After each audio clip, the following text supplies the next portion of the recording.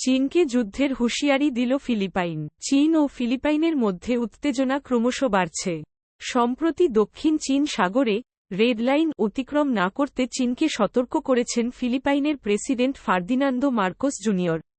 খবর বিবিসির। গত শুক্রবার ফার্দিনান্দো মার্কোস জুনিয়র বলেন, দক্ষিণ চীন সাগরের রেড লাইন অতিক্রম করে চীন যদি ফিলিপাইনের কোনো নাগরিকের প্রাণহানি ঘটায়, ফিলিপাইন এটিকে যুদ্ধের পদক্ষেপ হিসেবে বিবেচনা করবে এবং চীনকে কঠোর জবাব দেওয়া হবে।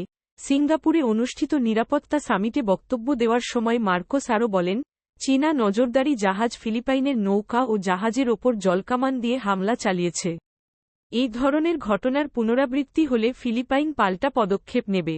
মার্কোসের এমন হুঁশিয়ারির জবাবে চীনের একজন সামরিক মুখপাত্র নাম প্রকাশ না করার শর্তে বিবিসিকে বলেন, দুর্ঘটনাক্রমে কোনো হতাহতের ঘটনায় কেউ যদি যুদ্ধের সূত্রপাত করতে চায়, তাহলে আমি মনে করি তারা যুদ্ধবাজ। দক্ষিণ চীন সাগর নিয়ে চীন ও ফিলিপাইনের মধ্যে দীর্ঘদিন ধরেই উত্তেজনা বিরাজ করছে।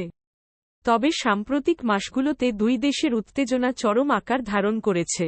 ফিলিপাইনের সঙ্গে আমেরিকার নিরাপত্তা চুক্তি রয়েছে।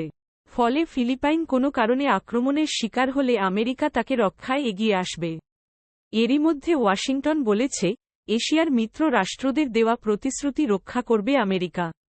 এ কারণে সামরিক বিশ্লেষকেরা বলছেন, দক্ষিণ চীন সাগরে উত্তেজনা বাড়লে তা চীন ও আমেরিকার মধ্যে অচলাবস্থা তৈরি করতে পারে।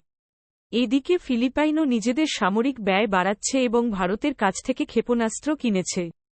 শুক্রবার সিঙ্গাপুরের নিরাপত্তা সামিটে ফিলিপাইনের প্রেসিডেন্ট ফার্দিনান্দো মার্কোস জুনিয়র বলেন, সাম্প্রতিক সংঘর্ষে ফিলিপাইনের নাগরিক আহত হয়েছেন। তবে কেউ নিহত হননি। কেউ নিহত হলে পরিস্থিতি খারাপ হবে।